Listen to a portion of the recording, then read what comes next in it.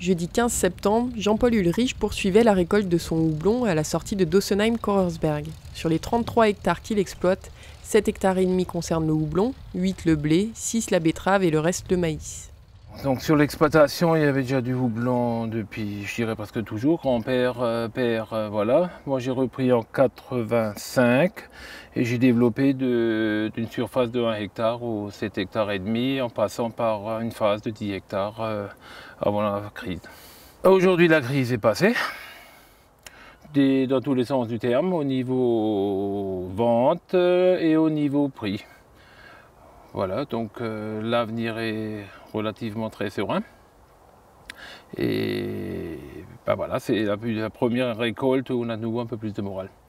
Il cultive 4 variétés de houblon réparties dans 2 houblonnières. Le printemps très pluvieux cette année a entraîné une pression du mildiou, accentuée par l'impossibilité de traiter aux moments opportuns et la limitation de la liste des produits phyto-autorisés. Les pressions maladies se sont cependant stabilisées en fin de saison avec le retour du soleil. Le travail du houblonnier, c'est environ 300 heures de travail qui sont relativement concentrées sur la préparation au printemps, c'est-à-dire la préparation, la taille, la mise en place des fils tuteurs et la mise au fil du houblon en soi, quoi. Et la deuxième phase de gros travail, mais qui est relativement bien mécanisée, c'est la récolte. À l'arrivée, il se dit plutôt satisfait du rendement et parle d'une excellente qualité de cône. Si cette culture lui prend plus de temps que les autres, il dit être atteint par le virus du houblon. Une fois qu'on est dans le houblon, on ne peut plus être sans. C'est une plante, je dirais presque attachante. Elle évolue en 2-3 mois, elle monte, elle évolue. Enfin, c'est une vraie merveille de la nature, comment un houblon se développe en 2-3 mois.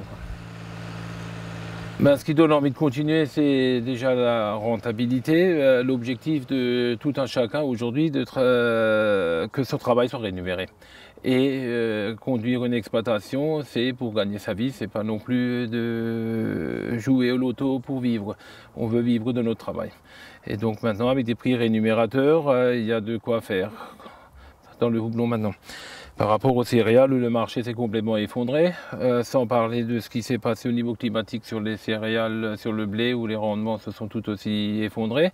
On peut plus qu'espérer que cette année, le houblon, c'est une des rares cultures à sortir la tête haute. C'est clair qu'on a peut-être réinvesti durant la période de crise, c'est pour ça qu'il y a beaucoup de matériel d'occasion. Mais l'avenir étant serein, il n'y a pas de raison de ne pas renouveler le matériel pour avoir des choses beaucoup plus performantes. Quitte à ce que dans un futur proche, quelqu'un puisse s'associer pour se développer, voire reprendre la structure. Si l'espoir renaît aujourd'hui, c'est grâce à un repositionnement complet, stratégique et marketing organisé par le comptoir agricole à la suite de sa reprise en 2011 de la coopérative alsacienne historique, la Copoudal. C'est-à-dire qu'on est parti d'une stratégie avec peu de clients, on a diversifié la clientèle pour sécuriser les ventes au niveau des ventes de houblon. La conquête sur les marchés internationaux, notamment nord-américains, l'Asie aussi, et puis bien sûr l'Europe, le marché traditionnel. Et puis c'est tout aussi un repositionnement marketing sur justement une nouvelle position avec The New Fragrances, de se repositionner sur les houblons aromatiques, de retravailler complètement notre message, de façon à repositionner le houblon comme étant finalement un produit un petit peu de luxe qui permet de donner à la bière une caractéristique très particulière entre le lien entre la fragrance et le parfum comme on a aussi dans la parfumerie.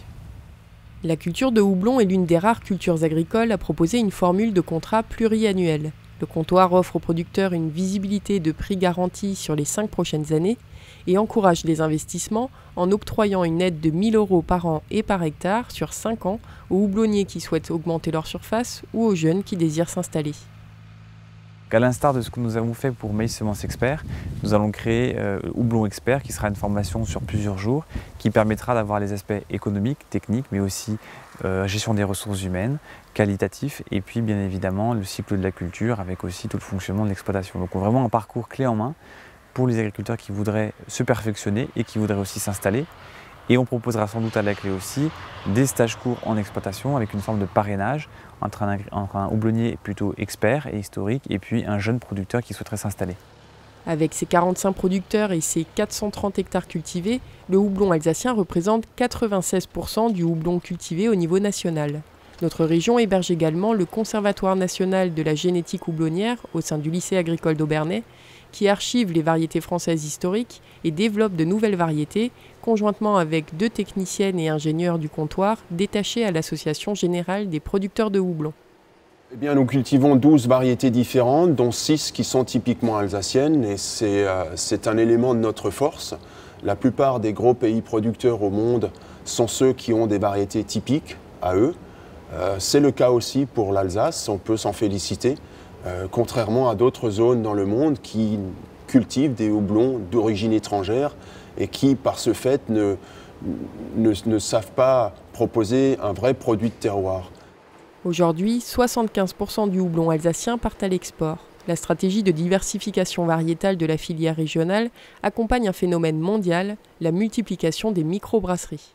Il est évident que le monde microbrassicole, qui est plutôt né aux États-Unis dans les années 80, qui est devenu extrêmement fort là-bas, a redynamisé le marché de la bière. On a connu un marché de la bière plutôt déclinant depuis quelques années.